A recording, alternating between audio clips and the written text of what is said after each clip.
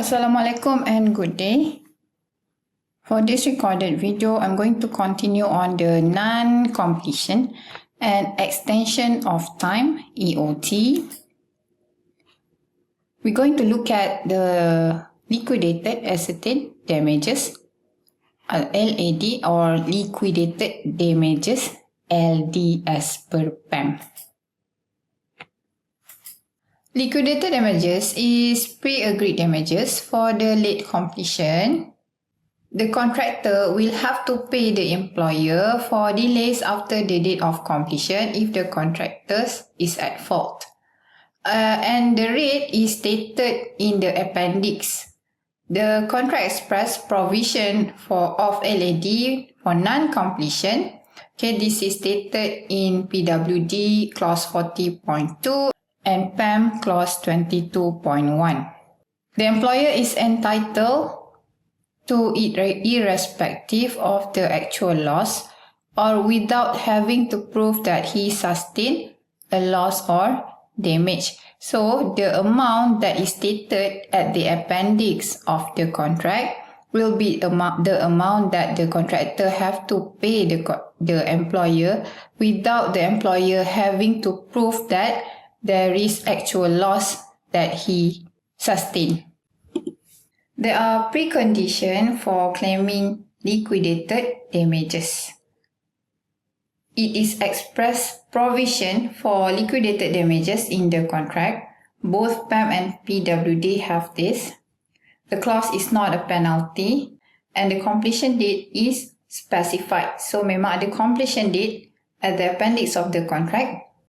In claiming the LID, the CA will have to notify the contractor in writing, and then the certificate of non-completion has been issued. The employer retained his right and the sum is stated in the appendix. Therefore, baru boleh claim for liquidated damages. The deduction of LAD. As per PAM clause 22.1, it stated that the employer can recover the liquidated damages daripada any monies due or become due to the contractor or daripada performance bond. The employer shall inform the contractor in writing. So this is what we call as precondition.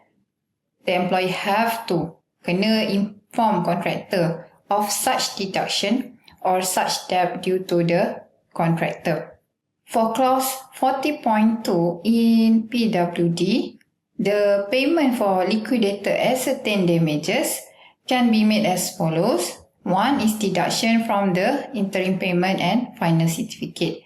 If this amount is not enough, the employer may also deduct the amount daripada the performance bond.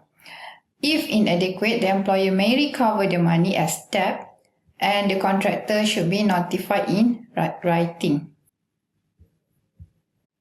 In the case of Temlock Limited versus Aerial Properties, this is in regards as one of the precondition of deduction of liquidated damages. Okay, in the contract of JCT standard, so they use this JCT standard form of contract. Okay, the parties had entered nil. Tiada lah, maksudnya kosong, nil in the liquidated damages section. Therefore, the employer cannot deduct the liquidated damages if such delay due to the contractor's fault occur.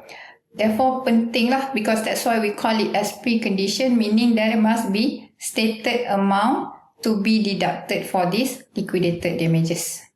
That will be all for liquidated damages subtopic. I'm going to continue with the next recorded video. So stay tuned, have a nice day and bye.